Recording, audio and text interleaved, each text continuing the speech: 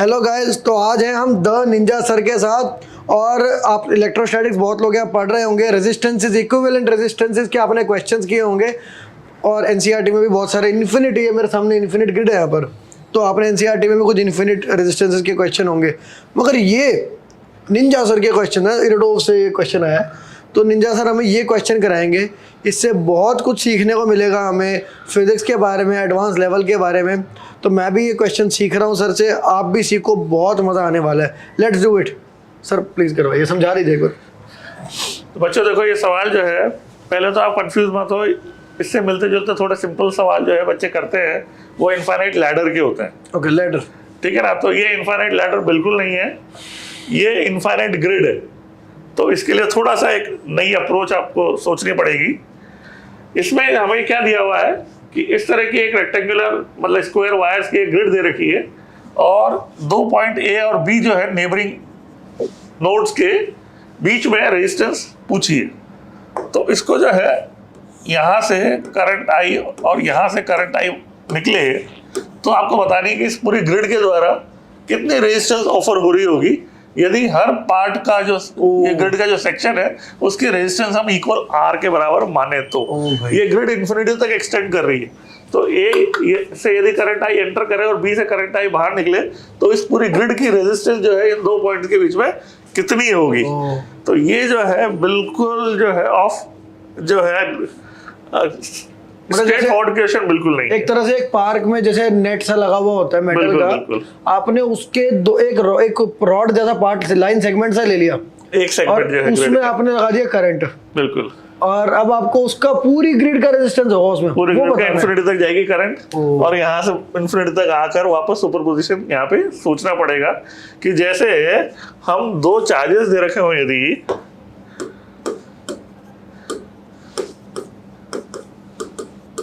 तो क्या सोचते हैं, तो ये सोचते हैं कि यहाँ पे इलेक्ट्रिक फील्ड जो होगा, जो अकेले इसकी वजह से होता है और जो अकेले इसकी वजह से होता है, दोनों का वेक्टर सम होगा। वैसे ही जो है यहाँ पे सिमेट्री आपको तब देखने को मिलेगी जब आप ये सोचोगे कि केवल करंट आ रहा है, जा नहीं रहा है, केवल करंट आ रहा है, तो हम सिमेट्री की बात कर पाएंगे कि ये जो आने वाला करंट है वो इन 4 पार्ट्स में आने के बाद इक्वली जा रहा होगा। वो केवल तभी सिमेट्री सोच पाएंगे जब हम करंट को निकलता हुआ नहीं मानेंगे। तो ये एक प्रिंसिपल होता है कि आप जो है सिमेट्री यदि दूसरे को हटा के देख पा रहे हो, तो 1 बाय 1 करके पहले करंट को केवल आता हुआ मान लो, और फिर देखो इस सर्किट में क्या हो रहा है, और फिर वैसा ही जो है उल्टा करंट को रिवर्स में फ्लो होता हुआ मान लो, और बी से निकलता हुआ मान लो। सर आप प्लीज एक बार सुपरपोजिशन जैसे सर्किट्स के अंदर एक बार बच्चों को हल्का सा समझा सकते हो, बच्चों के लिए? देखो बच्चों, 2 तरह की बातें हैं। एक तो होता है कि मल्टीपल सेल से सुपरपोजिशन सर्किट्स में। तो यदि आपको एक सेल दे रखा हो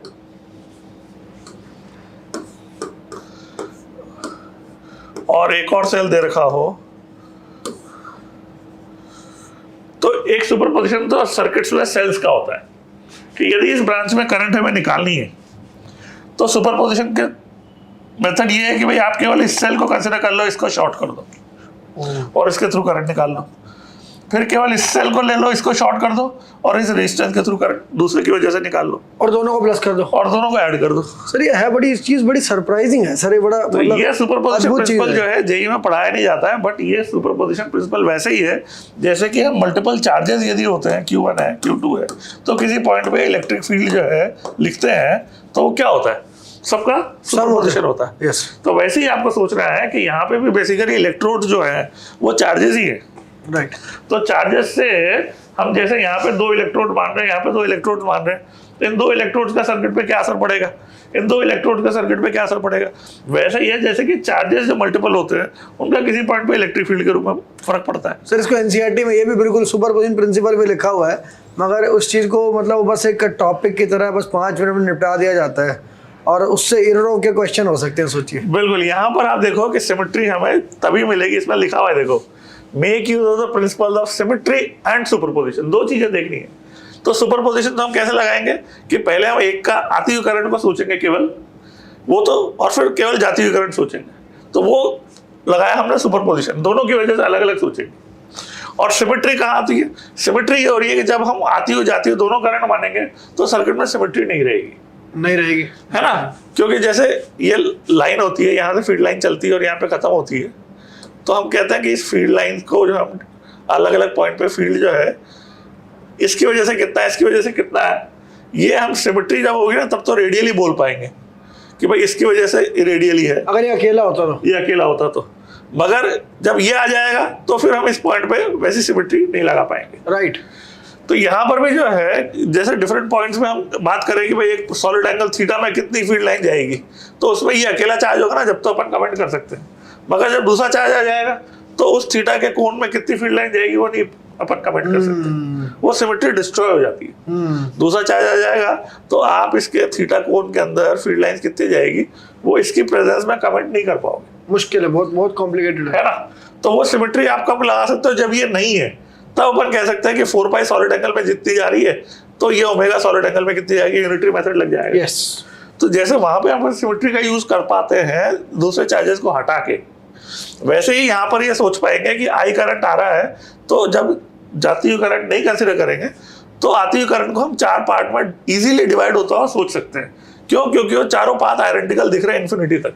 तो जाता हुआ करंट हटा दें, मतलब बिल्कुल सोचे ना। अभी अपन केवल आता हुआ करंट सोचे, ठीक है ना? वैसे ही जैसे कि अपन 2 चार्जेस होते हैं वैसे सोच रहे हैं, ओके, ठीक है? आता हुआ करंट सोचे तो यहाँ पे जो करंट फ्लो होगा वो इस आई का I/4 होगा, इक्वली डिवाइड हो जाएगा, ठीक है ना? तो ये I/4 करंट होगा, सारे करंट I/4 होंगे। तो AB के थ्रू भी जो करंट फ्लो हो रहा होगा I/4 होगा।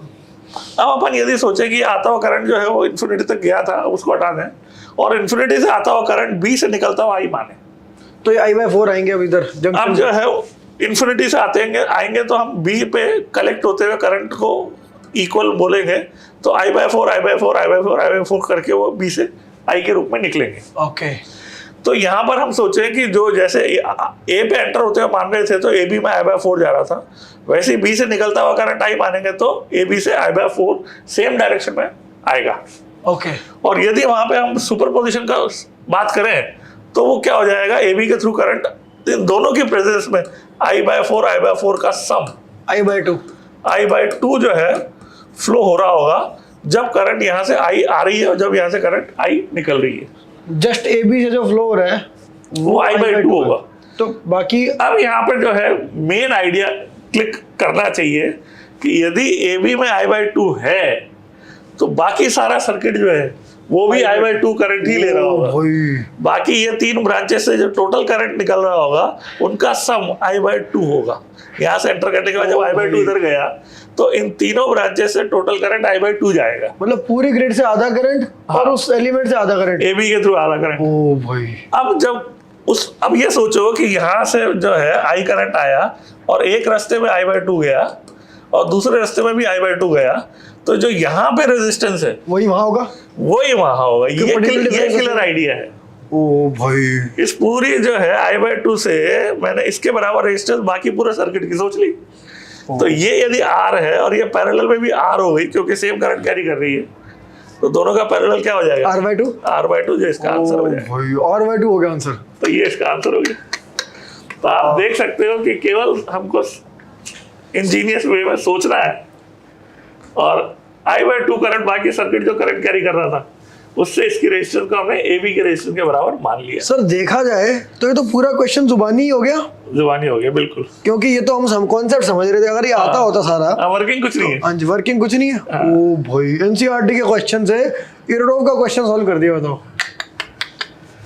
तो आपको मैं बताऊं, ये ओलंपियाड की एक बुक आती है 200 पजलिंग प्रॉब्लम्स इन फिजिक्स, बड़ी फेमस बुक है, ओलंपियाड वाले सॉल्व करते हैं। ओके, तो ये एक ऐसी प्रॉब्लम है जो उन puzzling problems in physics 200 puzzling problems in physics Cambridge की आती है, उसमें भी दे रखी है। आप भी एक लिख दो ना सर, इंडिया के लोगों के लिए एक आप भी लिख दो सर, आपका तो कितना बड़ा कलेक्शन ऑफ क्वेश्चन है।